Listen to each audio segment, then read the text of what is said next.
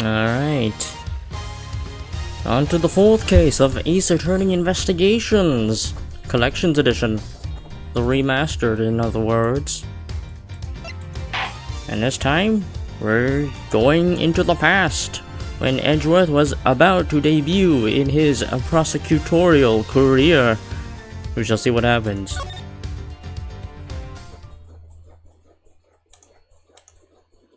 Episode 4, Turnabout Reminiscence. Kay Faraday, the young lady who calls herself the second Yatagarasu. The piece of cloth that she conjured up has taken me back to many years ago. 7 years earlier.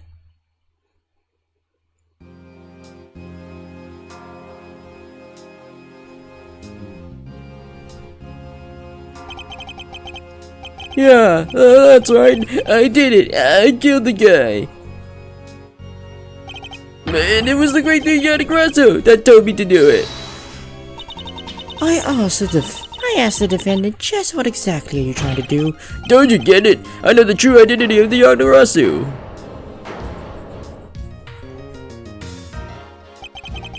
The Yatagarasu is the man standing over there at the prosecutor's bench. Are you saying that I'm the Yatagarasu? Don't you dare deny it! You told me to kill him when you snuck into the embassy! Are you claiming that Mr. Faraday is the Yatagarasu? That's exactly it! Mr. Rell, I think we heard enough just about out of you, blah blah blah. Your Honor, please listen to me, I'm telling the truth! You gotta believe me! I didn't get the chance to read that, because I don't know, it just auto-scrolled. Even though I had that off, but I guess this was an obligatory auto-scroll. In accordance with the defendant's accusation, a new prosecutor shall be called to replace Mr. Faraday. This court will be in recess until the new prosecutor is ready.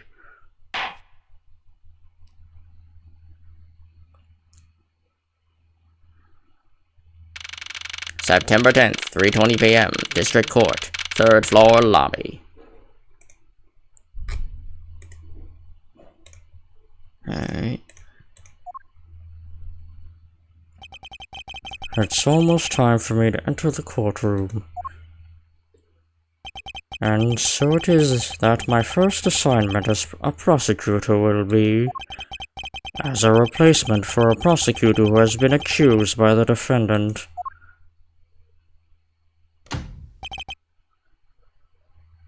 Edgeworth. Sir?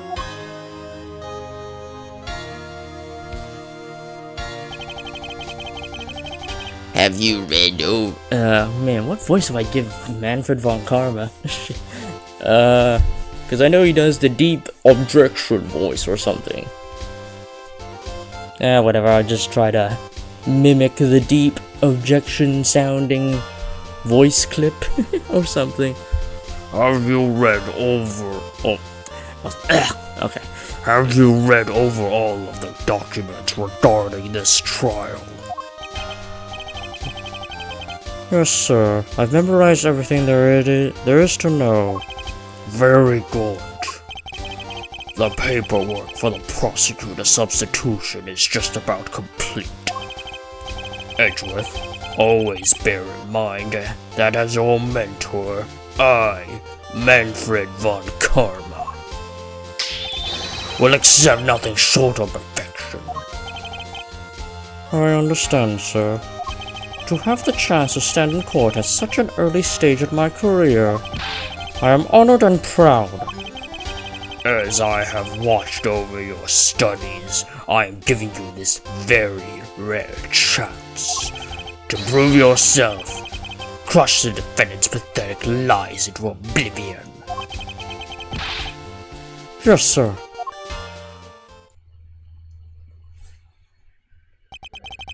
That such legendary prosecutor will be watching and judging my performance.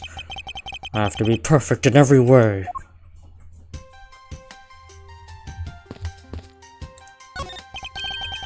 This is so good. I drink a whole gallon. I never heard of water that tastes that good. Maybe I'll give him a minute.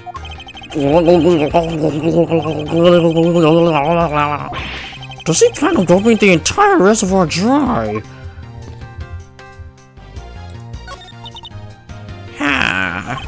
Excuse me, madam, but there's something the matter. I just thought someone would have brought brought Hors d'oeuvre is by now. But this is a courthouse. It will be quite atypical to provide Hors d'oeuvre here. Are you sure? Someone poured me a fresh cup of coffee last time I was here. What the heck does she think a courthouse is for? A model of the courthouse. It's pretty well constructed. Hands and a face. Don't tell me this thing transforms. Yet I wonder for what other purpose could they have been made.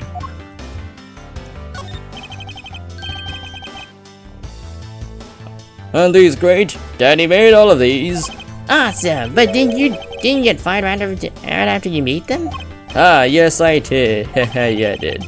I spent the same amount of money on this model as it cost to build the real thing. And my boss wasn't very happy with me. Hey Daddy, did you say you built a secret mechanism inside of it? I'll tell you about it someday when you're older. A secret mechanism? Maybe he installed it as payback for getting fired. That could be trouble. Now I'm curious. Mr. Prosecutor, sir? You got a good eye if you can tell that I'm a prosecutor with just one glance. As there is always only prosecutors and defense attorneys in this lobby. I usually hit the mark if I guess one or the other while there is a recess. You're only guessing? Hey, God, what a cold stare he's giving at me. However, as a disciple of Von Karma, there is no option but to win.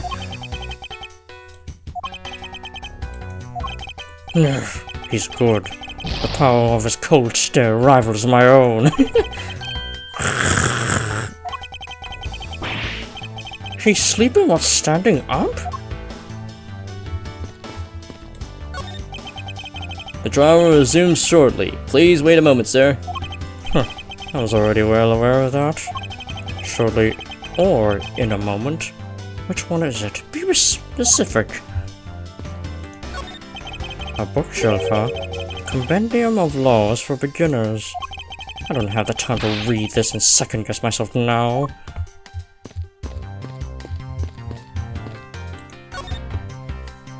Today's trial should have ended in just 1 minute. Because the defendant was picked up by the security camera, correct? Exactly. The killer had the gall to say that he only killed because he was instructed to do so. Even more outrageous is his claim that the case prosecutor, Byrne Faraday, gave the order. Faraday is such a fool. He's been cornered by his very own prey. Sir, are you an acquaintance of Mr. Byrne Faraday? He is a pathetic man who speaks nothing but nonsense. Nonsense? He once tried to explain to me a way of punishing those who cannot be brought to court. Those who cannot be brought to court. That is nonsense for a man, for no man is above the law. Well, there are always a few exceptions. However, there is no reason to even deal with such individuals. A prosecutor is a guardian of the court, one with no obligation to outside matters. Thus, there is no reason to deal with such individuals, I see. Edgeworth, disgracing yourself as Faraday has, will not be forgiven. Have no fear. I will not let you down, sir. In place of the accused prosecutor Byrne Faraday, I'll prove the defendant's guilt. Very good. I secured an hour recess for you to prepare to do just that. Show them all the power of Von Karma. So have you achieved a firm understanding of the case? Yes, sir. I've memorized everything that is written down in the case files. Well then, explain the case to me. What do I have so far? Nothing, okay.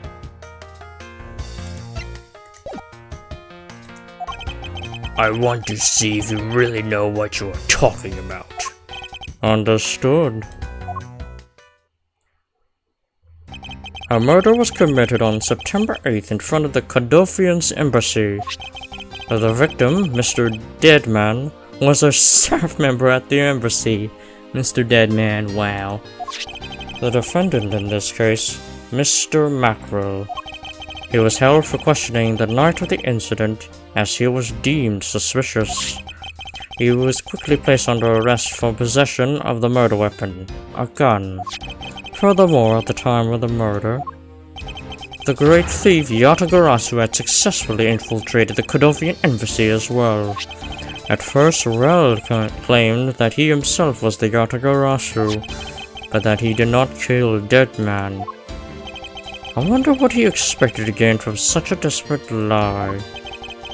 It's possible that he wants to go down while in the spotlight, if he is found guilty. There is truly no limit to people's inanity. But I digress. Continue, Edgeworth. Yes, sir. During the trial, the prosecution presented the security footage that captured the murder.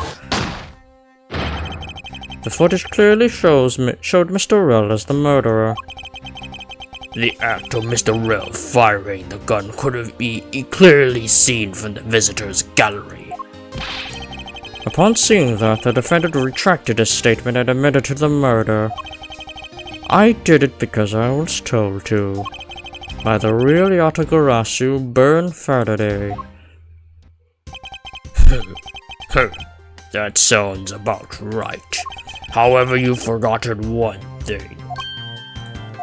While this may appear to be simply the murder of a Cadovian embassy staff member, people are actually referring it to as the second KG-8 incident. The second KG-8 incident? I'm very sorry, sir. I fear I failed to study hard enough. Well, even among the police, it's information that only a select few are privy to. Could you please enlighten me, sir? Sir, what do you mean by this second KG-8 incident? In order for me to tell you that, you must first learn about the original case. Take a look at these documents. This is a 3-year-old newspaper. You have heard of the Amano Group scandal before, correct? Yes, I have. The secretary of Ernest Amano, the Amano Group's director, was arrested under suspicion of smuggling. Correct. CCU was an employee of the Amano Group, and the sole witness to the smuggling operation. It was she who brought the crime to light. However, Miss Yu was silenced before she could testify in court. Was it a Cadofian embassy staff member arrested for the murder? Yes, a Cadofian by the name of Manny Cochin was the suspect.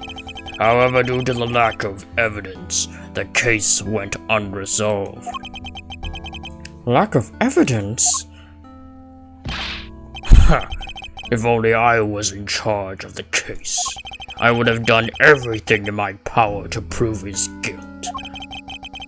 To make sure that all criminals are found guilty, my mentor really is dedicated. Faraday was the prosecutor on the case then, and he was as pathetic as ever. Mr. Faraday was in charge of the KG-8 incident as well? That's right. And now once again, the victim of the case you are currently assigned to was someone who was scheduled to testify against that smuggling operation. And just like last time, the victim was murdered right before he was to testify. Oh wait, no, wait. And just like And just like last time, the victim was murdered right before he was to testify. You're catching on. The victim was murdered just before his day in court against the smuggling organization. Events are occurring almost exactly the same way as they did in the KG-8 incident. So that's why it is being called the second KG-8 incident? Yes. Yet there is one difference between the two incidents. What would that be? The so-called noble thief that is sending everyone into an uproar. The great thief Yatagarasu. Yatagarasu. I better find out more.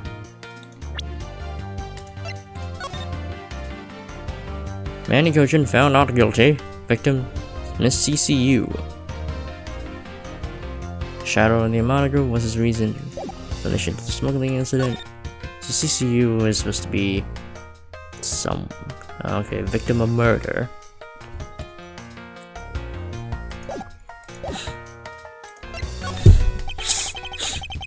If it is true that the Yatagarasu showed up at the Kodofium embassy, what could he or she have been after?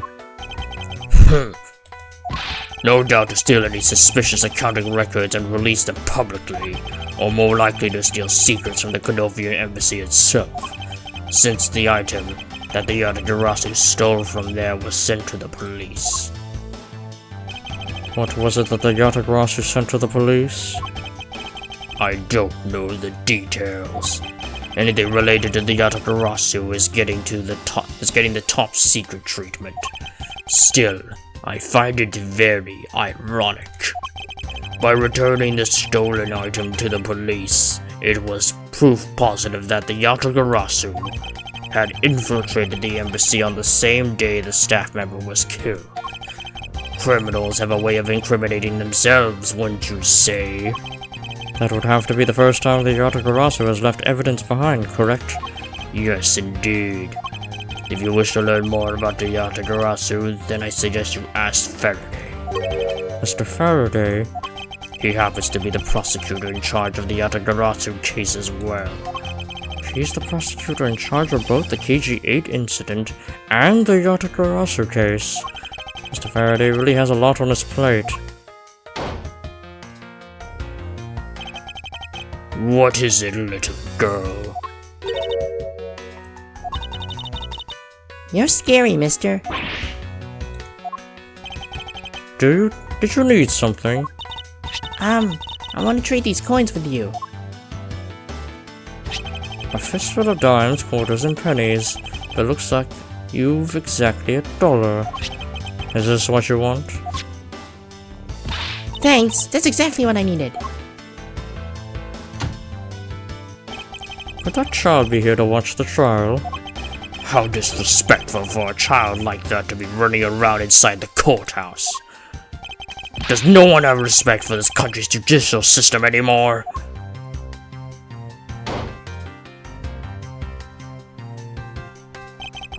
The paperwork for the prosecutor's substitution is complete. Why do you even know how much time there is left before the trial resumes? I'm so sorry. I can have you mopping up this courthouse instead of protecting it in an instant. Oh. It's no bother, sir. Not being completely prepared could prove to be a perfect handicap for me. A proud one you are. You had better collect the evidence from Faraday and prepare yourself. It's time for your debut, Edgeworth.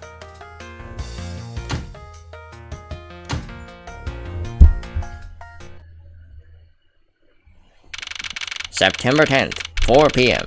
District Court. Courtroom number 3.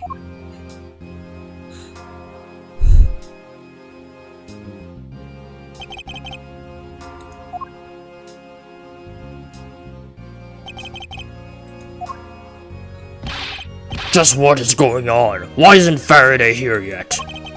How is it possible that the defense is not prepared yet either? Bailiff, where's Mr. Faraday? I'm not sure. I wasn't really paying attention. Oh, there's the judge. A nice animation. Ah, you must be the one Mr. Von Karma recommended. I hear this will be your first trial. I look forward to see how you perform. Oh, by the way, there was someone celebrating a was there someone celebrating a birthday party during the recess? I could have sworn that I heard a popper going off. Come to think of it, the other day with my grandson. Sir, looks like the trial's about to resume, however. Yes, it will all but impossible to prove the witness is a liar without the evidence from Faraday. What is that blasted buffoon up to? It's an emergency, sirs! He just knocked his ass out of the way. Silence! There shall be no yelling in this sacred hall of law. Bailiff, remove that man from this courtroom at once. Please, wait, you have to listen to me. There's an emergency. Defendant lobby number 2, Mr. Faraday and the defendant. The two of them, they're both dead, Your Honor. What? What? What? What? September 10th, District Court, hallway.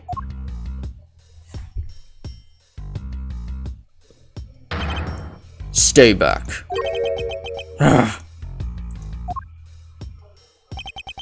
No one's allowed on the crime scene, period. Just who does this Audible think he is? This is becoming quite the hotspot. Isn't she Mr. Rell's defense attorney? Hey, you! No one running in the hallway, pal. And who are you to tell me what to do? I'll never find out what's going on like this. It's time for some civil discourse. The sofa looks like it's seen its fair share of use, and it looks like another part of the courthouse is visible from the window.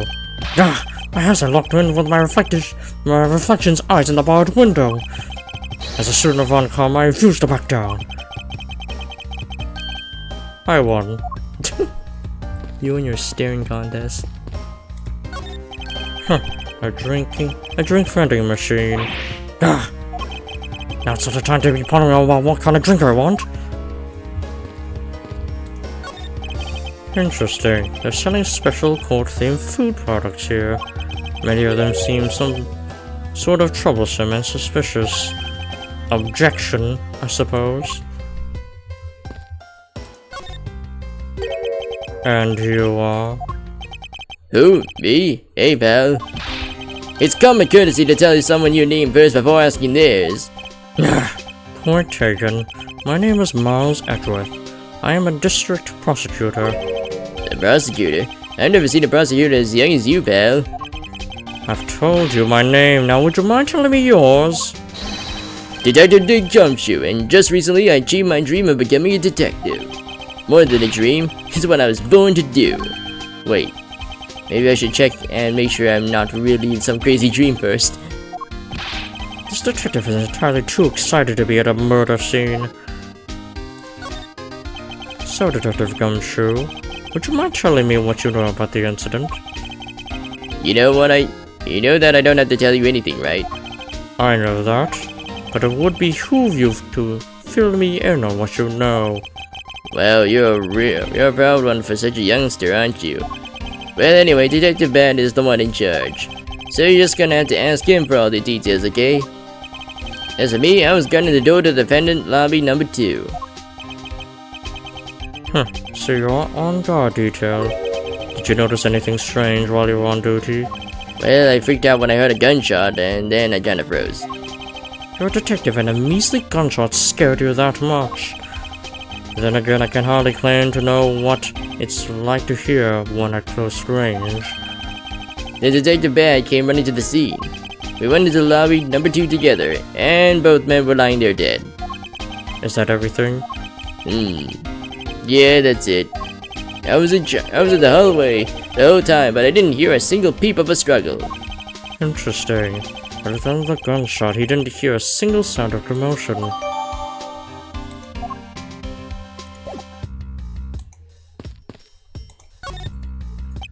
Do you have a minute? You know, I'm not really into talking to people I don't know, especially at a time like this. I apologize for not introducing myself before bothering you. My name is Miles Edgeworth.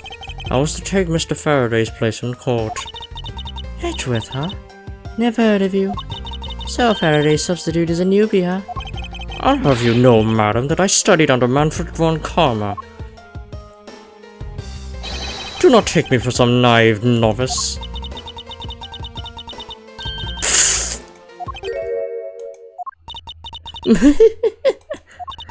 Do not take me for some naive novice.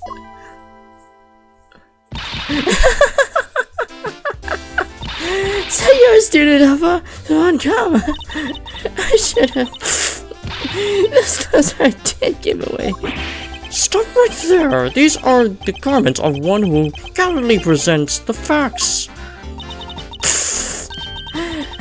Thanks for the great laugh, but try not to make me laugh so much, okay? I wasn't trying to do anything of the sort. Just kidding, I was just goofing around. By the way, do you know who I am? My name is Callisto Yu, and if you are telling the truth, then we're about to go head-to-head in court. Ah, but of course. I have heard much about you, Miss Yu. But of course I have heard much about you. You're a regular Shakespeare. Did I say something funny? I'd like you to update me on the situation. I don't really know anything. Why don't you try talking to those detectives over there? If that's the case, then why are you here? What's so funny? It's just the way you speak is so tactless. The person I was going against in court until only a little while ago was just murdered. It's not like I could go back into the courtroom pretending as though nothing happened. That's a good point. I apologize for asking such an insensitive question. It's fine, don't worry about it.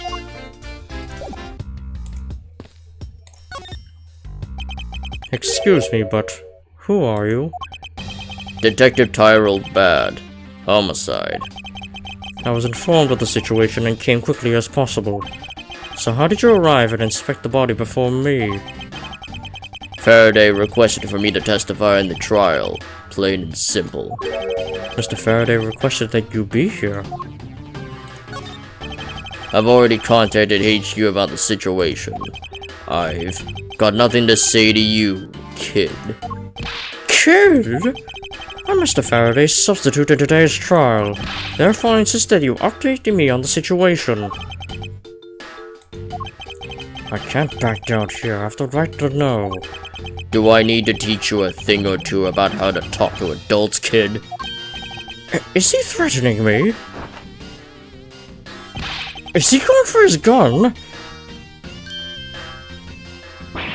It's just a mirror. How dare he? How dare he trick me like that? Faraday was stabbed to death with some kind of blade, and he had a gun in his hand. The other man, Mr. Mackerel, was shot and killed. He was found holding a bloody knife in his hand. Was there anyone else who went into the defendant lobby number 2? Yeah, that big lug over there. His name is Gumshoe. He was in charge of guarding the place. He's claiming that no one else had entered the room. If that's the case, then they must have killed each other, correct? Maybe. Such impudence! This guy really is testing my patience. Why was I not informed that you were going to testify in court? Homicides aren't my only gig. The Yatagarasu case is also one of my assignments. So you were called upon to comment on the Yatagarasu's characteristics in order to assess if Mr. Faraday really was the Yatagarasu or not. Well, looks like you managed. Looks like you might just have a brain after all in that head of yours, son. Son? I'm not your son, Pops. Monsieur, there is someone here who wishes to see you. Who is it? A Cardofian embassy staff member by the name of Manny Cochin. What's going on? Detective Bad and Miss Yu's moods just changed all of a sudden. Wait a second. Was it Manny Cochin? I'll be right there.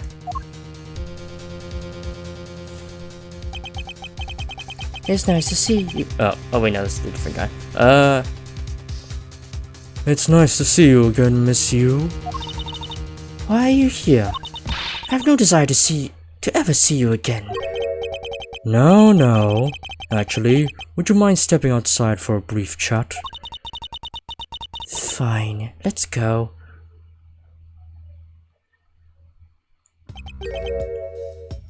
Bad. Von Karma. It's been a long time. I knew you would show up. You usually do when the Yatagarasu's involved, and I've seen this case is no exception.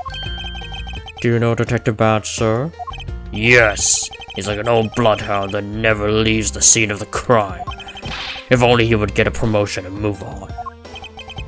It's the crime scene where a detective is most useful and effective. It's not like I don't know that.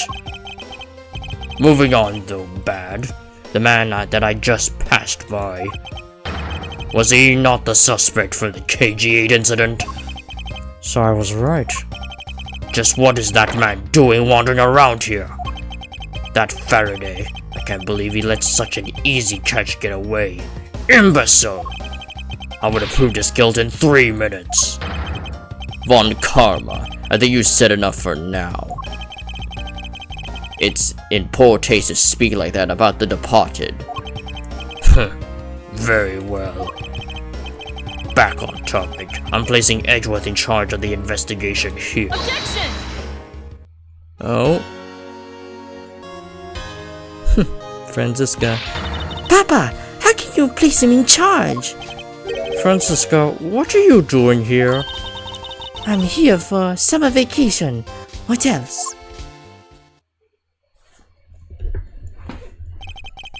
Franziska von Karma. So she's here on vacation from Germany. She is the daughter of Manfred von Karma, and a student of his, who's also junior to me. You're the one who's junior to me, and you don't forget it. And don't you forget it. You're not conveniently avoiding the bar examination, are you?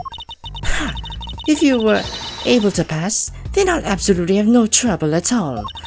I'll never allow myself to lose to you. Never. Why does she always have to be this competitive? Anyway, Papa, are you really assigning Miles Edgeworth to cover the case? Yes, I am. Why do you ask?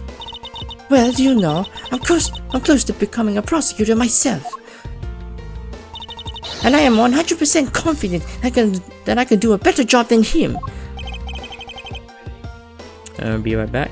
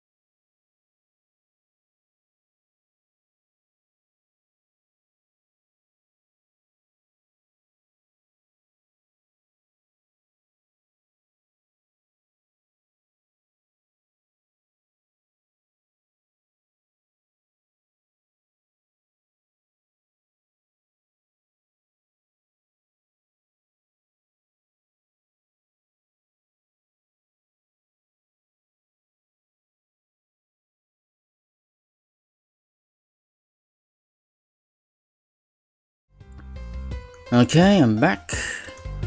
Alright. That's just like Franziska. She has no problem bad-mouthing someone right in front of them. Bad. Yeah? These two will be conducting the investigation. What? You want me to let both of these kids loose on the crime scene? Ha! This is a perfect opportunity for them to work on their prosecutorial skills. A crime scene is not a place for children to be messing around in. I'm the one with the authority over this crime scene, Bad. And I will not tolerate complaining. Yeah. Edgeworth, Franziska, I leave the keys to the two of you. Understood, sir. Yes, Papa. I'll go take care of the paperwork now. Remember, I'll accept nothing but a perfect report for the both of you. Do not disappoint me. Hold up, Von Karma. I still haven't agreed to this. Miles Edgeworth. It's been quite some time, Franziska. This will be the perfect chance for us to see which of us is truly worthy of the Von Karma name. Would it kill you to at least say hello? Long time no see. Very good. Just because you became a prosecutor first doesn't mean you can act all proud. She hasn't changed a bit. Miles Edgeworth. As I was saying, we shall see which of us is worthy of the Von Karma name. For crying out loud, I've been reduced to a babysitter.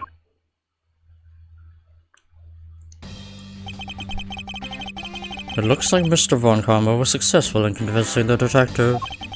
That's just like him. He never fails. Now, I'd appreciate it if you could quickly run me through the facts, Detective Bad. You're better off checking things out on your own. Very well. Seems like getting help from Detective Bad will be a most arduous task.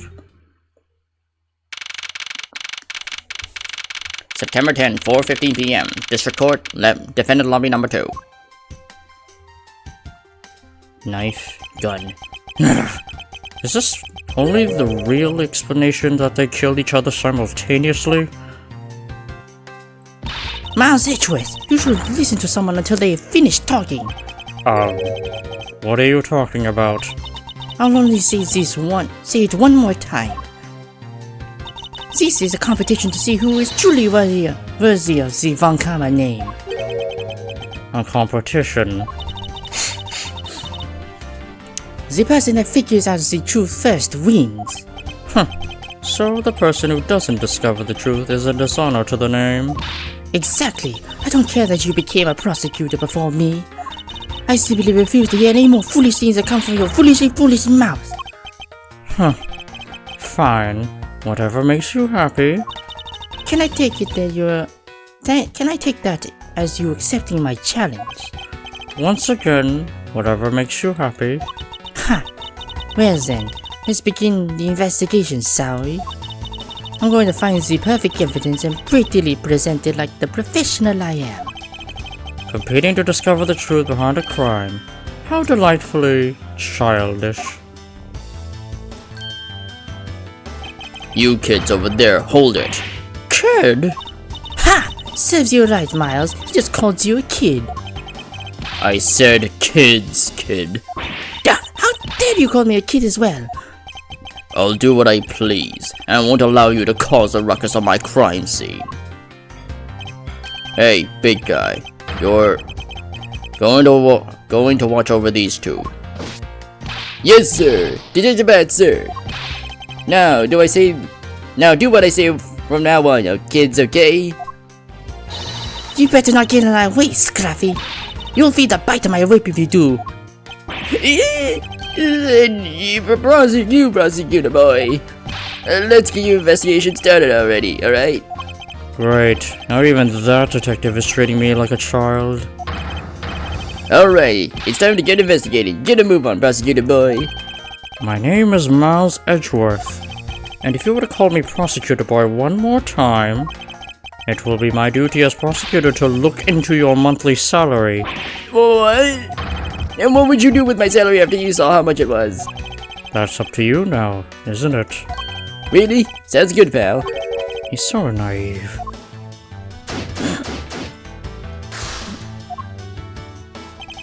Detective Bad, may I have a word with you? What is it? It appears that both a knife and a gun were used as murder weapons. Yeah, it does.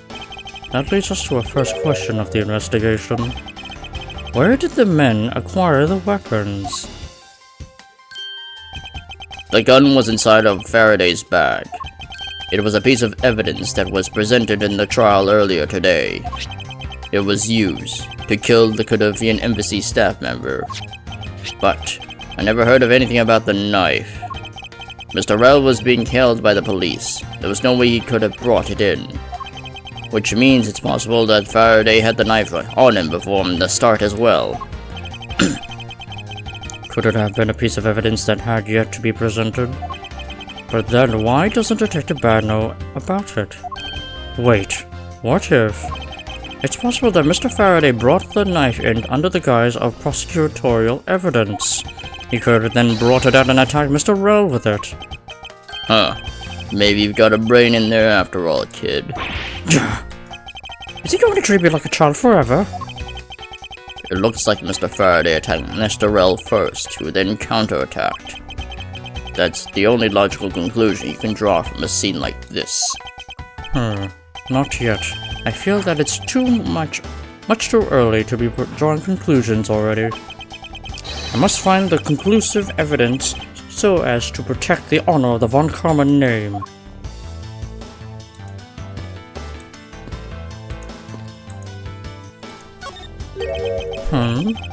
Why are there plastic bags scattered all around? Those bags are for keeping evidence safe, pal. I know that much, Detective. You sure are good at this stuff, aren't you, pal?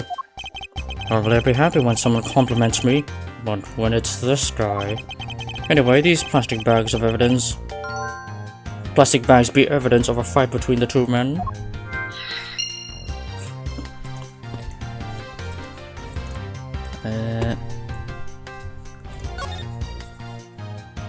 It looks like Mr. Faraday fell on top of Mr. Rell. At first glance, it seems like they must have killed each other. However... Using logic, the only logical conclusion is... Aha! What was that outburst for? My detective's instinct just hit me real hard. It was Mr. Rell that fell first, see? You don't need a detective's instinct for that. It's common sense. But I suppose we won't know much more than that until after I examine the bodies. I won't rest until I inspected every suspicious looking nook and cranny. Why are these plastic bags scattered all around? Those bags are for keeping evidence safe, pal. I know that much, Detective. You sure are good at this stuff, aren't you? Wait, this is the same shit. Normally I'd be happy when someone... what the fuck? Okay, that's literally the same shit. Okay. Looks like Mr. Faraday died while holding the gun in his right hand. So he shot Mr. Rell and then fell on top of him while still gripping onto the gun? I guess that does seem kinda strange, huh? I mean, why would Mr. Faraday know how to fire a gun? It's not exactly rocket science. Even I know how to pull a trigger. Although I doubt I ever need to use one.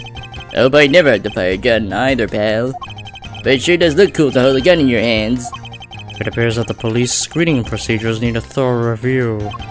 Anyway, I should jot down some notes about the handguard Mr. Faraday's hand. Yeah. Looks like Mr. Rell died with a knife in his hand. There's some blood stuck on it. Then he must have used this as a weapon. Yup, no doubt about it. Was Mr. Faraday carrying this on his personage? Did he bring this piece of evidence for the trial? Or did he bring it with a very different intention in mind? I should jot some notes down about it. Mr. Faraday, how ironic it is for him to lose his life in the courthouse. Yeah, why did it have to be like this? I don't know what to say. I can't believe this happened while I was on watch, pal. Rather than beating yourself up, you should spend your time continuing the investigation.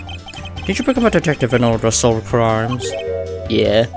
Then get back to work. Find out the cause of his murder. Right, I'm on it, pal. First he killed a Cadofian embassy staff member, then he was murdered himself. This guy wasn't exactly an angel, you know. Oh? What makes you say that? Well, he's been hauled into the precinct several times for theft and assault, pal. So yeah, he's definitely the type to have committed a murder or two. Well, he did admit to killing Mr. Deadman.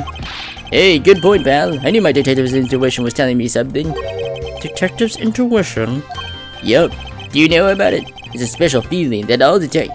We don't have time for this conversation right now. Let's return to the investigation.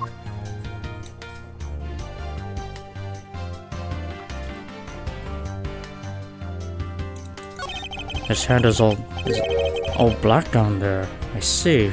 I wonder what it could be. If you look closely, this blotching pattern resembles an ink stain.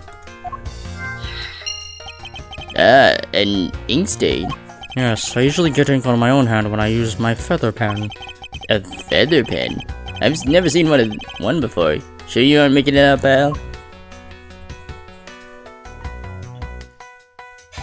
Mr. Ra's cause of death was from being shot, correct? That's what we think, but it's hard to tell with him lying face down. Death is bad enough, but it's truly lamentable that someone would try to hide the truth. Are you sure they were trying to hide something? I can't confirm Mr. Ra's cause of death with his body positioned like that. Detective Battle, I'd like to examine the bodies in further detail if possible. What's this? You're not able to form a theory with the way they are? I believe an examination of the bodies is vital to find the perfect evidence, don't you? I suppose you do have a point. Well, hurry up and get on with it. Lobby. Yes, sir. We've taken enough photos of the scene, sir. And there you have it. Do you not approve? Of course not. What? Investigation of a crime scene is a work of a detective, so don't touch a thing. Hey, big fella, turn over those bodies for me, will you? Okay. Please forgive me, Mr. Faraday, sir. Gumshoe, do not get emotionally involved. Remember, you're a detective. Yes, sir. Understood, sir.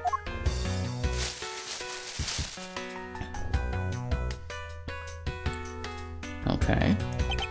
I won't rest on I inspected every suspicious-looking nook and cranny. There's something in his breast pocket. It's a fountain pen. Hey, you know, I always keep a pencil by my ear. It's because Detective Bear is always telling me, you should always write your name on everything you own. Yes, somehow you do strike me as quite a forgetful individual. There's a knife wound in his chest. Here, see? I wonder if that wound matches the knife Mr. Rell is holding. Lobby. Yes, sir. Verifying now, sir. Make it quick. From the looks of things, one could deduce that the knife Mr. Rell is holding is what killed Mr. Faraday. It looks like Mr. Faraday was stabbed with this knife that Mr. Rell is holding. Ouch! What's wrong, Detective? My stomach started to hurt from just thinking about being stabbed. Just keep your mind on the case, alright? Shot in the chest. It takes some guts to fire a gun in a courthouse. I mean, I've been a detective for a whole week and I still haven't fired a single round yet. There aren't any burn marks on his clothes. That must mean... Wait, burn marks? A round grows very hot as it's discharged from a firearm. Therefore, burn marks are usually left when a shot is fired from point-blank range. Ergo, Mr. Rell must have been shot from at least a yard or two away. You sure know a bunch of neat stuff for your age, pal. Apparently, this detective has much common knowledge as your everyday marsupial. Let us now try to understand how the two men died. First, Mr. Faraday took the gun and the knife out from today's trial evidence. Then he aimed the gun at Mr. Rell and fired. However, Mr. Rell managed to grab the gun and counter Mr. Faraday while being shot. Then the two men fell together where they stood. That is my theory in any case. What a crazy way to go. Still, something about that explanation just doesn't seem right. I believe now I have a firmer grasp on what happened here. I already checked this area earlier, but it never hurts to take another look.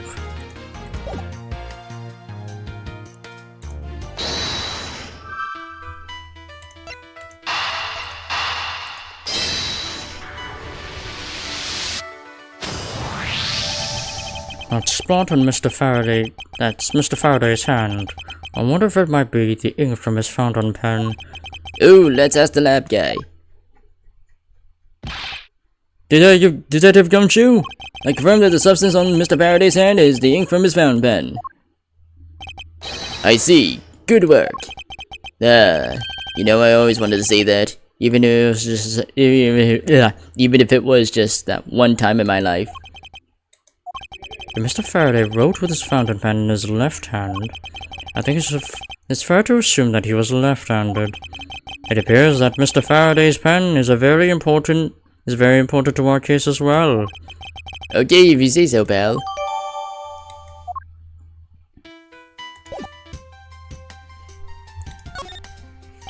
There are some plastic bags stacked up on the table.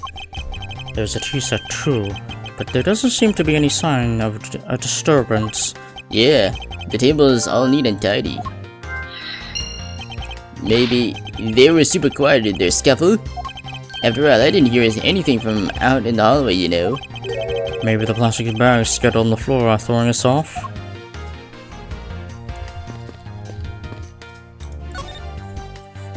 Whoa! What is it, Detective Gumshoe? My TV at home is so tiny compared to this one, pal. Then perhaps you should purchase a more normal-sized television than this one. Oh, let me see here. Wow, this thing is huge. And way too noisy. You're the noisy one, Scrappy. Don't touch it. You'll get your fingerprints all over it. But I didn't touch it. Preservation of the crime scene is the foundation of detective work. The foundation, huh? Sounds like something the rookie here needs to shore up on. Ah, I see. Did you figure something out? This is a competition, Miles, and as such, I'd appreciate if you didn't talk to me. As you wish. Yeah, I think I just... Yep. That's where the plastic bags came from, supposedly. There is a very tidy pile of plastic bags on the table. And yet, a portion of them would wound out scattered on the floor as well. It's not like that the ones on the floor were knocked over during a struggle, in which case might there not be another explanation as to how they got there?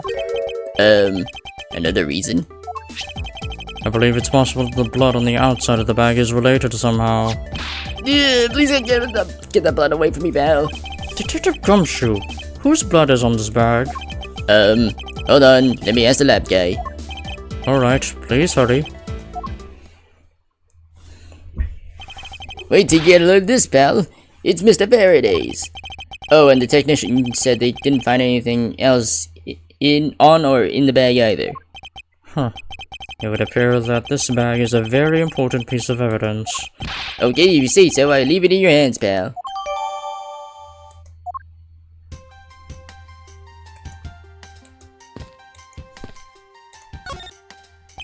The window is opened and...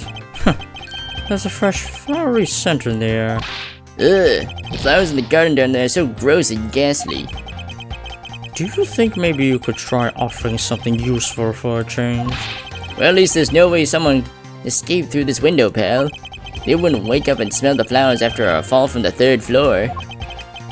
Are you willfully ignoring the fact that there are also iron bars on the windows? Yeah, I guess there's that too. Either way, no one could get through these windows, right? They thought of everything when they were designing this courthouse. Very nice. I guess there's not much left to investigate, huh? They really did kill each other. No, we can't conclude that quite yet. There's still something I find very peculiar here. The theory that they simply kill one another, is too simplistic in this case. In fact, there is actually a contradiction that shows there is another possibility. No way, pal. Really? I suppose I'll have to just show you the contradiction in this crime scene. I won't rest until I inspect every suspicious-looking nook and cranny.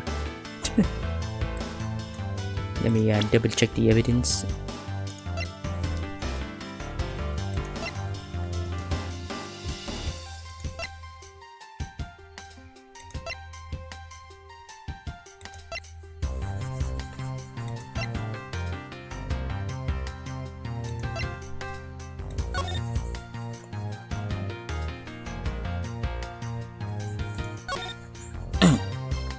Knife stab at the chest, I have a bullet wound to the chest, there was no gunpowder ball. He was shot from a distance, okay. And that's the picture of the crime scene, okay. And he's holding the gun in his right hand.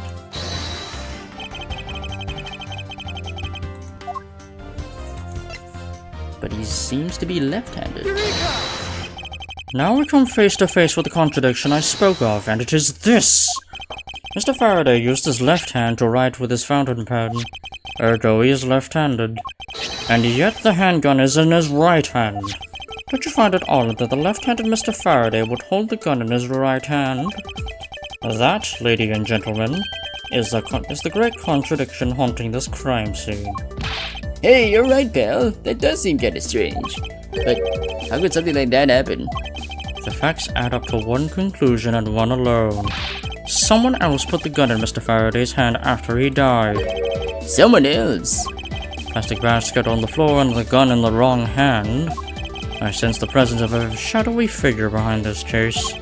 A person of vile intent who is serious about keeping the truth from us.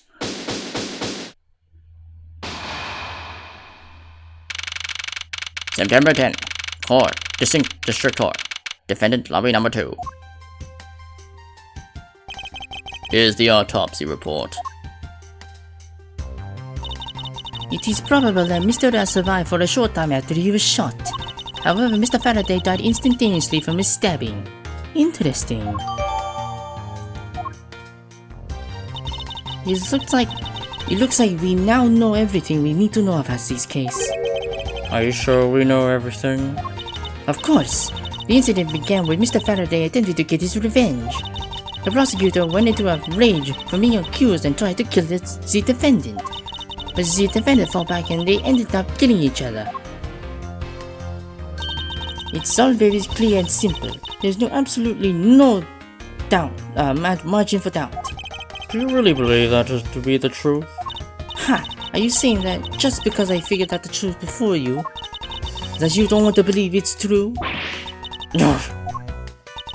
It's alright. If you disagree with my argument, then prove me wrong. Well, if there's any contradictions to be found, that is. Don't worry, I will. Bring it. What happened? Mr. Faraday's death was instantaneous while Mr. Rell survived for a short time. From this, it is obvious that Mr. Faraday died after he shot Mr. Rell. And Mr. Rell, while on the brink of death, stole Mr. Faraday's knife and stabbed him. Those are the facts of this case. Mr. Faraday's death was instantaneous, therefore he must have attacked first. Proving that logic to be false is probably the fastest way to show that she's wrong. In that case, I should first look for any holes in her theory.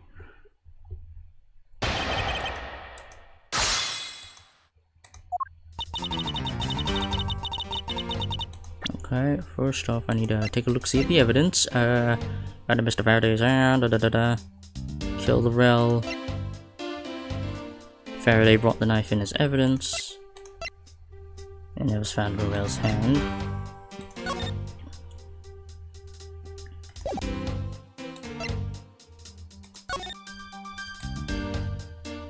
Is there anything to look at? Oh, yeah, there is something. Oh, there we go. It seems Mr. Faraday was in a habit of using a very nice fountain pens. That's the total opposite of me. I don't get these things at all. Well, I think the pencil behind your ear suits you just fine. Really? You think so, pal? Man, I knew it was worth something. That wasn't exactly a compliment, Detective.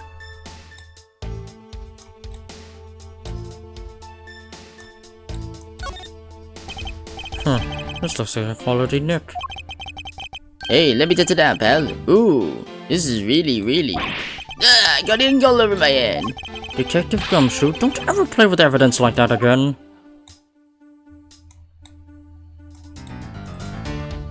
Okay.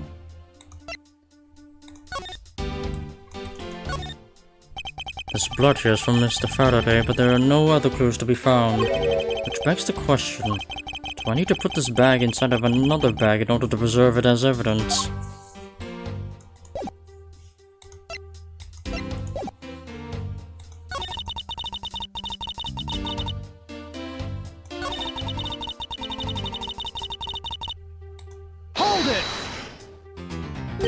So you believe that the dying Mr. Rell stole the knife from Mr. Faraday?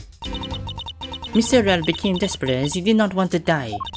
Human beings can do amazing things when they are put to the test. So the two men struggled. And in the end, Mr. Rell was able to grab the knife and stab Mr. Faraday. The messy condition of this room is a testament to that struggle. Yes, my logic is perfectly sound. Can you really say that it's perfect? What are you insinuating? Nothing. However, I can't let what you said slide by without further inquiry. One must be clear and precise. So if you could append your statement to your testimony. Fine. They struggled. By Detective Gumshoe, they didn't hear signs of a struggle. Objection! If the two men were fighting, their struggle would have surely caused quite a bit of noise. However, Detective Gumshoe testified that he heard absolutely nothing. Ha! You place too much faith in that detective's testimony, you know. But for the sake of the argument, let's say there wasn't a fight. How then did Mr. Rell get his hands on the knife? Mr. Faraday's bag was sitting right here in the lobby, in lobby number 2. It is not hard to imagine that perhaps Mr. Rell saw a chance and took it out at some point. So, what you're saying is this. Mr. Rell took the chance when he saw the opportunity and took the knife from the bag. And then Mr. Faraday shot Mr. Rell after being stabbed. Isn't there something strange in Franziska's statement just now? Mr. Rell took the chance when he saw the opportunity and took the knife from the bag, and then Mr. Faraday shot Mr. Rell after being stabbed. Yes, something is off. Wait, something doesn't add up. Oh, really? It's simply not possible for Mr. Faraday to have shot Mr. Rell after being stabbed according to the fucking autopsy report right somewhere. Where's the fucking autopsy report? Ah, here. Yeah. Take that! According to the coroner's report, Mr. Faraday died instantaneously, meaning that he died immediately upon being stabbed by the knife. Ergo, he could not have possibly fired the gun after that. Oh, you got me. But of course. Well then, if the report is correct, then there is only one correct explanation. If we suppose that Mr. Rell attacked first, then Mr. Faraday, who died instantaneously, would have been unable to kill Mr. Rell. Therefore, Mr. Rell must have stabbed Mr. Faraday after he was shot. Then they both died. That is the only explanation that makes logical sense. Negating your opponent's ideas in order to prove your own theory. I see you've been studying, Franziska. I just want to explain it to you as simply as possible. Before you foolishly propose a foolish theory that only a foolish fool like you could. How naive of you to believe that your only opinions are valid, and still expect to discover the truth that the crime scene offers you. Franziska, you still got a ways to go. What are you talking about? Are you saying this is a flaw in my logic? Mr. Faraday died instantly, And the fact that he did is what gives rise to the contradiction in this scene. The contradiction here in this crime scene is... Hold on, let me double check the body. Yep. The order of the bodies fell. Let me get this straight. What are you arguing is this? Mr. Faraday took the gun from his evidence bag and shot Mr. Rell. Then the wounded Mr. Rell found an opportunity to take the knife and strike back. Upon being stabbed, Mr. Faraday died on the spot and Mr. Rell died thereafter. If that is the case, then how do you explain this? Take a good look at an order in which their bodies are piled. No! Mr. Faraday's body is lying on top of Mr. Rell's, therefore, Mr. Rell must have died before Mr. Faraday. Impossible! Yes, I agree that it seems strange no matter what angle you approach it from. Which means that the real mystery behind this crime scene, that we must solve it. No, not so fast, Miles Edgeworth. What now? I simply think that you ought to think a little bit more outside the box. And that it's even clearer now that the incident started with Mr. Faraday's murderous intent. She sure bounced back quickly. An explanation won't be enough this time. It's going to take some very decisive evidence to prove her wrong. What happened, part 2? It was just chance that Mr. Faraday's body fell on top of Mr. Rell's. The two bodies fell into a pile, which indicates that they attacked each other at the same time. It really doesn't matter in the slightest that they fell in the opposite order. I just know that Franziska's explanation isn't absolutely correct. All I have to do is find a hole in her logic. Once I do, I can then present her with the evidence that proves the contradiction.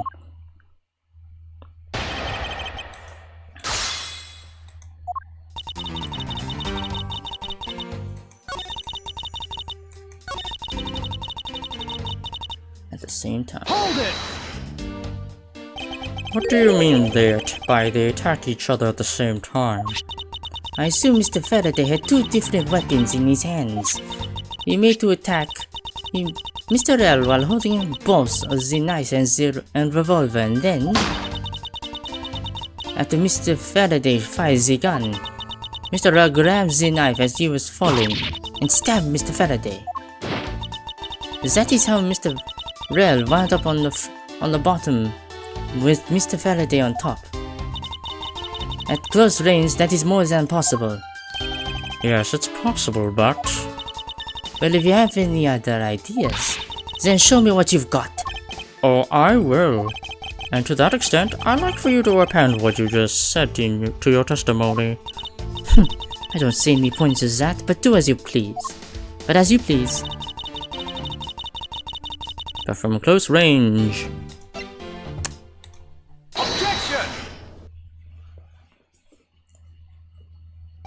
So you believe they killed each other at close range? Sorry, but that's impossible. Just as it is written in the crime scene notes. The firing of the handgun did not leave a gunpowder burn on Mr. Rell's clothes. Therefore, Mr. Rell and the gun must have been separated by a distance of at least 2 or 3 yards. Ah! Yes, this is by far the biggest contradiction. The two bodies are piled up on each other, yet the gun was fired from a distance. And with there being no chance that Mr. Rell moved that far after being shot. That leaves only one possible explanation. What is completely foolish line? What a completely foolish line of foolish thought from a thoroughly foolish fool.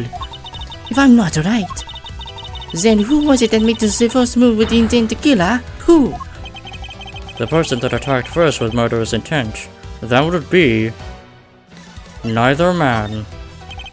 Here in this room, contradictions appear no matter which man we claim attacked first. Thus, there can only be one explanation. There was a third person here. It was that third person who killed both Mr. Faraday and Mr. Rell, and set their bodies up to make it look like a double murder. That third person is the real culprit. Miles Edgeworth, there's just one thing you're missing. Evidence, correct? Exactly. Everything you said up until now is nothing but a story played out in your head. However, this is where the real test begins. Can you prove that there was a third person involved in this crime? Of course.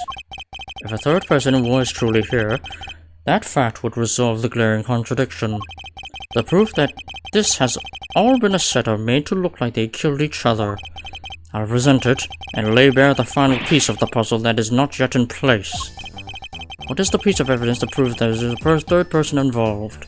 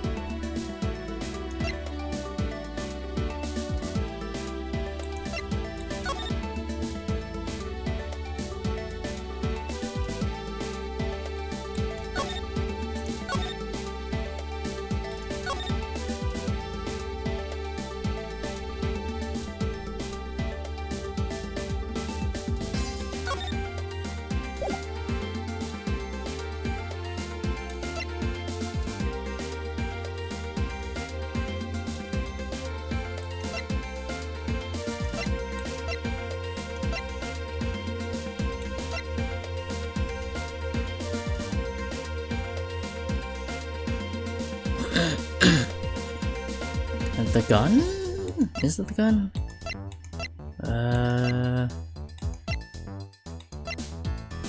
This one?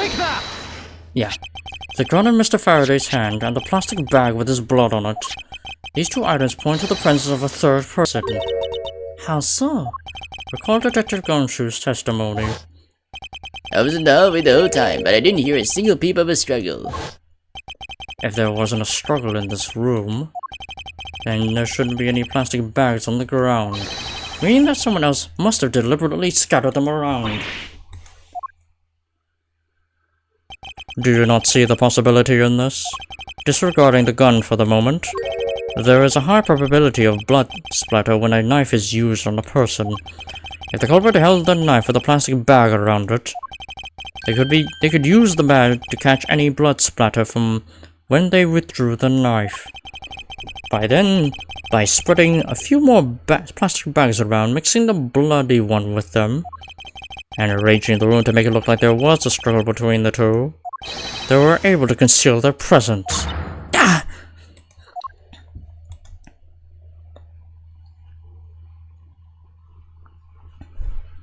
Looks like we've still got a long way to go in this investigation. Yes. Objection!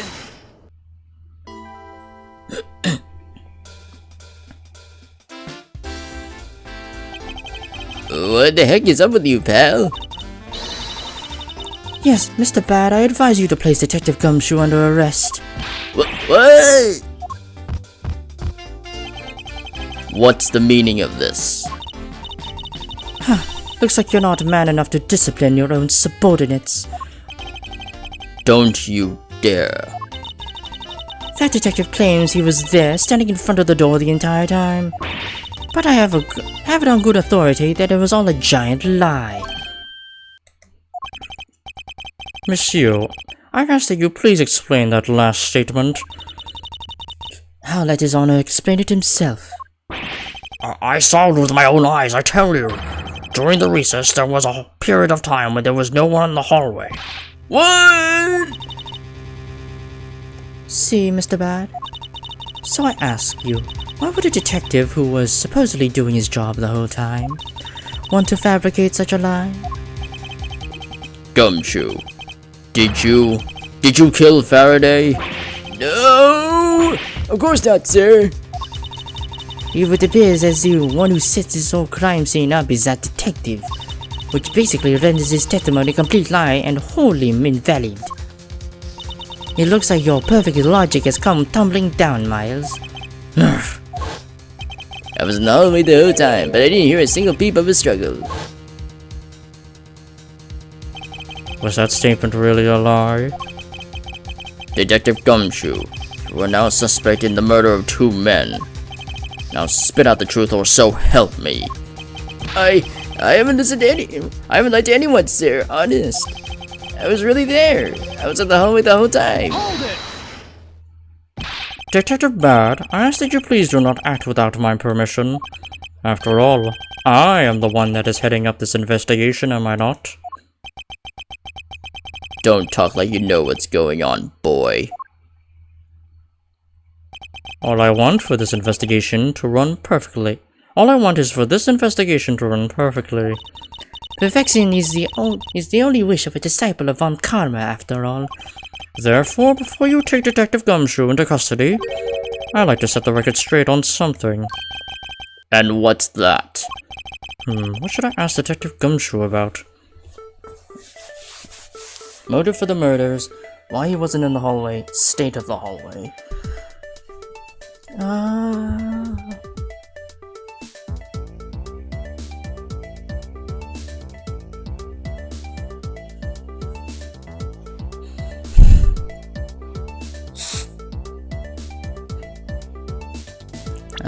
Do I have any? I don't really have any evidence related to the hallway.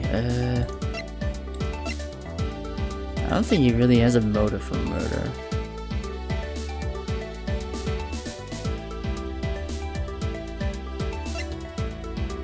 I guess I'll ask for the motive. I suppose the one thing I'd like to clarified is Detective Gumshoe's motive for committing this crime. Motive, huh? Gumshoe, you got a grudge against Faraday or anything? No, sir. Not me. Not a single bad thing against Mr. Faraday, sir. Is that a fact? You really have a problem with lying, don't you, Detective Gumshoe? I'm telling you, I am not lying. The more unnatural you act, the more suspicious you become, you know? If you want a motive, Edgeworth, I have one for you right here. Could you please share it with us? However, be forewarned that I will not hesitate to object to flights of fancy, because all I'm interested in is the perfect explanation. You're serious, aren't you? Fine. You amuse me, so I'll humor you with a little courtroom practice. Bring it, bitch. Gumshoe's motive. It was about a week ago. I saw the detective get chewed out by a livid Faraday in front of the precinct. He stood there, super pale, and Mr. Faraday yelled, "That's a salary cut for you, you nitwit. A brand new detective suddenly getting a salary cut. That's the reason enough for a grudge. Well, how's that for the perfect explanation?" You totally misunderstand me, pal. No matter how mad I get, I can never hold a grudge. Quiet. We can't trust anything you say. Sir. There's nothing wrong with the motive she proposed, per se. But there are some gaps in her logic that need to be filled in. Misuse perfect explanation. May not be so perfect after all.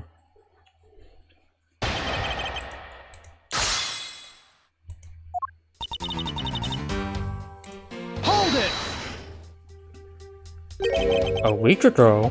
Then you and Detective Gumshoe are acquaintances? No way. I only met him in person today. Then how did you know about Detective Gumshoe? Oh, I've seen him around before.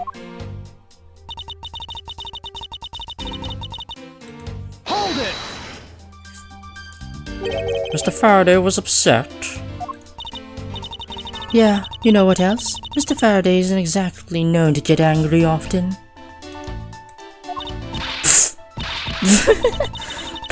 But there he was, totally beat red in the face. And the offending detective just stood there, pale as a ghost, like he was about to die. Just like the face he's making now, right? I'm completely innocent, I tell you. The poor man. Yeah, it was quite the scene with the detective.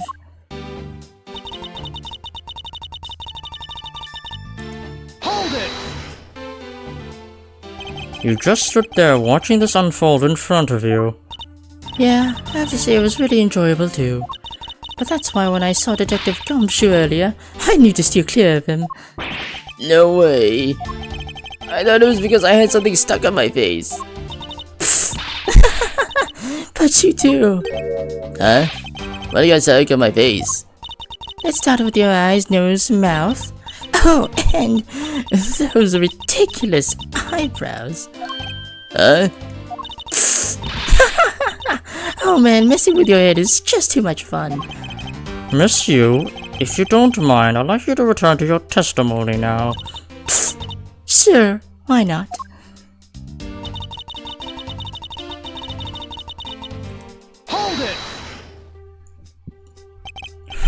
To cut a new detective's salary right off the bat like that. I'm not really familiar with the way you guys relate, but is that a common practice?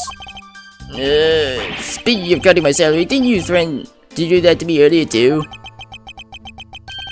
I suppose I did. It's only natural to cut a worthless detective's salary down to their actual worth. My father can even fire anyone new or old with the snap of his fingers. Do you figure maybe that's reason enough for you to for detectives to hate you people? Well, I guess they really shouldn't cut people's pay.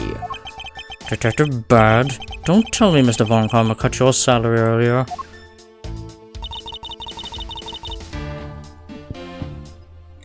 Hold it! You called your explanation perfect. Is it not to your liking? Unfortunately for you, it's just not up to my standards. Oh? Is there something you want me to clarify in that case? What should I do? Should I raise an objection? Alright, if you could clear this one thing up for me.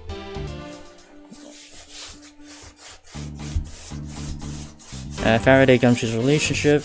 What's his motive for killing Rel? I understand Detective Gumshoe's potential motive for killing Mr. Faraday. However, what about his motive for killing Mr. Rel? His motive for killing Rel? Like I would know. If there was no clear motive for both of the murders, then I doubt this incident would have occurred, wouldn't you agree? Is there anyone else who might have had a grudge against either of the two men? Or should we look into that ourselves? Oh, in that case, I have absolutely no idea. What? But that's impossible. She must know something. Wait! Can you please not glare at me like that? It makes me laugh. I didn't even do anything, and you're already laughing it away. Well, anyway, the way I see it, as long as he had a motive to kill one of the two, the crime would have played out the way it did anyway. Oh? Would you care to explain your logic? And this time, please try to provide a truly perfect explanation. Perfect this, perfect that. Stop being so uptight, or is that requisite trait for being a Von Karma? Miles Edgeworth, I demand that you shut this rude woman up. I wish you both could be quiet for just 1 second. Oh well, I guess I'll have to explain it to you kids. Motive to kill the men.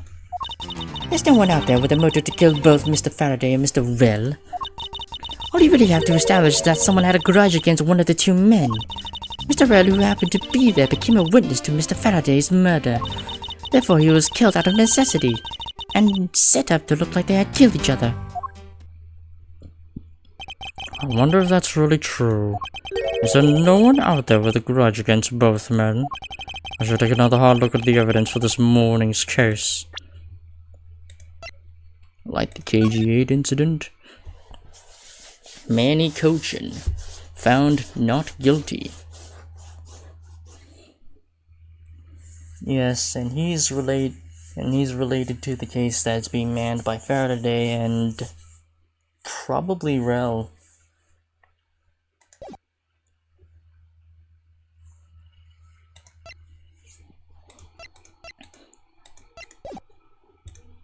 The second KG incident, as people are calling it, involving an embassy staff member, and the two men who both wound up as suspects in the case.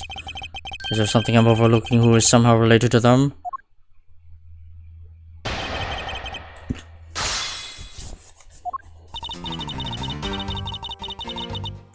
Hold it!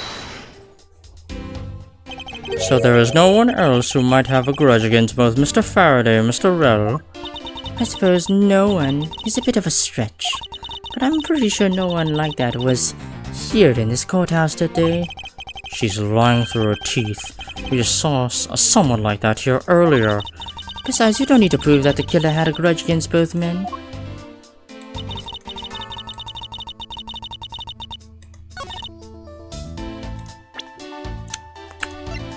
Objection! Yeah. Monsieur, I believe there is someone you overlooked in making your statement. Or rather, is it because you'd rather not bring this person up? What do you mean? We are looking for someone with a reason to kill both Mr. Faraday and Mr. Rell. I can think of at least one person that fits the bill. He was the suspect in the original KG8 incident, and a member of the Cadofia Embassy staff, Mr. Manny Cochin.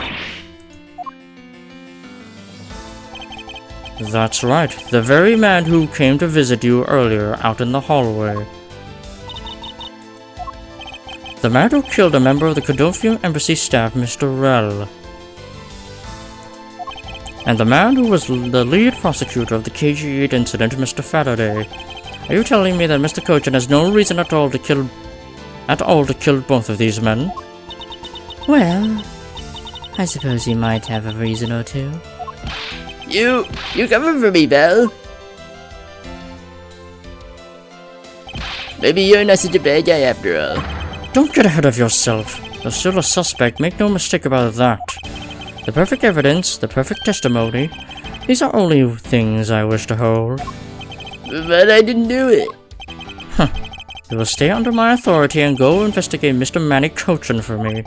And remember, I will not be very forgiving should any of this leak out. You want to investigate Cochin. You'd just be wasting your time. And why is that? Cochin was up in the viewing gallery watching the trial. Or so I was told. Every cop in this place has been keeping an eye on the guy since he arrived. Since the only real suspect we have is still Detective Gumshoe. I suppose so. No way. Come on, Detective Man. You gotta believe me, sir. I really wasn't that over the whole time, sir. I never took a single step into this room, sir. Okay, then are you saying there was someone else who passed through the hallway? No. There was no one else, sir. Then why should I believe you didn't do it? That is one incredibly foolish detective, standing right in front of a crime scene all by himself. It's as good as a confession of guilt. I have to admit, it's a bit strange. Most criminals will fabricate some sort of lie to escape their crimes. And if that detective really wanted to prove that he is innocent, you'd think he would be at the very least offer up I spaced out while on duty or the like. Come on, Gumshoe. Time for your interrogation. Detective Bad.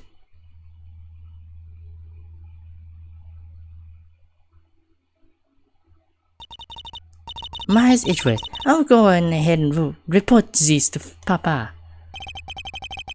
And that, as they say, is that. Right, everyone? Ho ho ho. Well, I suppose we should both be getting back to our real jobs now, huh? Before we do, monsieur, there is something I'd like to speak with you about. What is it?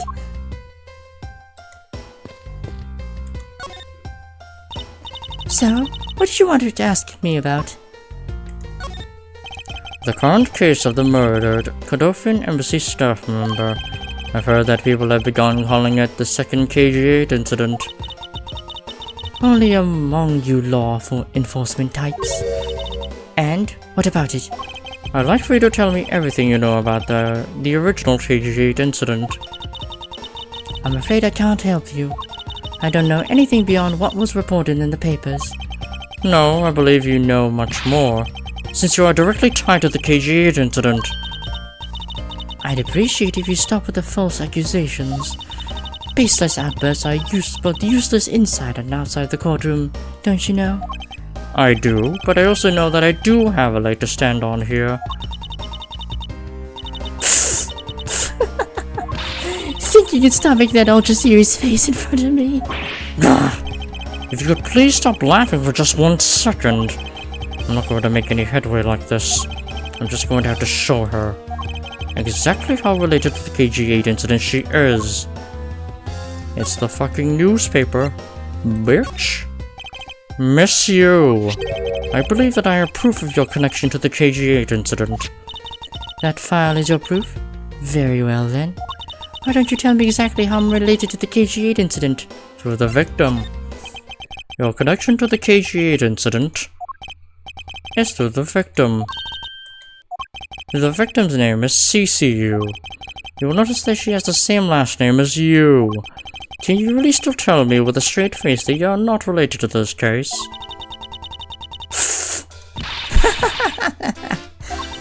Sorry, but we're not related.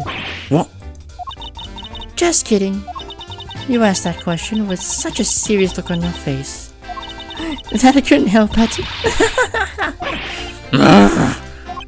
Miss you, I asked that you please tell me the truth. Ahem.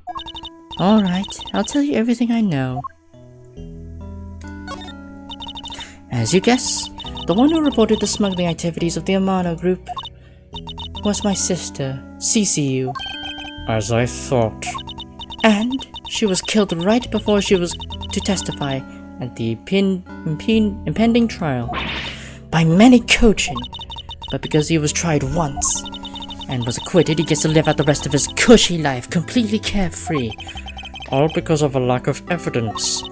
No, I heard that the evidence to convict him did exist. What? I heard it from Mr. Faraday himself after Mr. Kochin's trial was over. Apparently a man in black made off with the most important piece of evidence. Then the evidence has been tampered with. Isn't it just like a criminal to do something like that? The smuggling ring being run out of the Amano group by one of its secretaries. They bailed Mr. Kochin out. Turns out they were in league with each other all along. How big was that smuggling ring? Was it a large operation? I don't really know. Which is why I wanted to become the lead defense. On this case that people are calling the second KG8 incident. But I haven't learned anything new at all. I was probably expecting a bit too much, I know. You mean you think this case has nothing to do with the smuggling ring? I don't know what to think. Why did Mr. Kochin want to meet with you earlier? Actually, he came to watch the trial. Apparently he only found out that I was the defense lawyer on this case after he had arrived. He figured he should say hi and one other thing. Looks like you couldn't resolve anything this time either. Too bad. What's that supposed to mean? Oh boy, stop it with the scary face already. I'm fine really. I gave him a good slap across the face. The way she talks about slapping him as she laughs away is kind of creepy. But it's just as Mr. Bad said. He's not related to the double murder. I asked around and people in the gallery claimed that he was in the seat the entire time. Talk about cruel fate. Well, this is about all I know. Sorry. Guess I wasn't much help, huh? That's not true. I'm sorry I made you recall such a painful time in your life. Edgeworth, you really are too serious for your own good. You really need to learn to relax. We wouldn't want you to die of stress, would we? Thank you for the advice, but there's no need to worry. I work in my own way, and I will catch this criminal in my own way as well. You'll see. Look at you with your game face on, ready to go. I make no such face. Did you know laughter is the best medicine, Edgeworth? Don't get tired of making such a serious face all the time. I'm charged with making sure that all the criminals of this world are found guilty.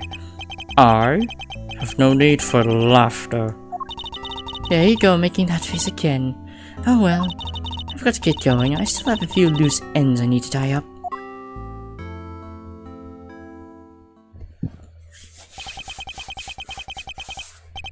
The KG8 incident and this murder investigation. It is my belief that these two cases are related to each other somehow. Plus that Detective Gumshoe. It's obvious that he's lying, even though the lie is hurting his chances. Clearly, this case is far from over. But whether or not that detective is the murderer can only be determined once I completed my perfect investigation. Mr. Von Karma, I swear to uphold your honorable name or my name isn't Miles Edgeworth. To be continued. Yes, I would like to save.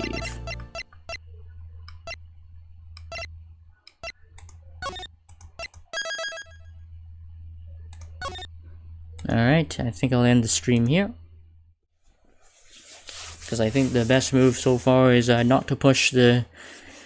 Try to push to get the whole case completed in one sitting, because it seems that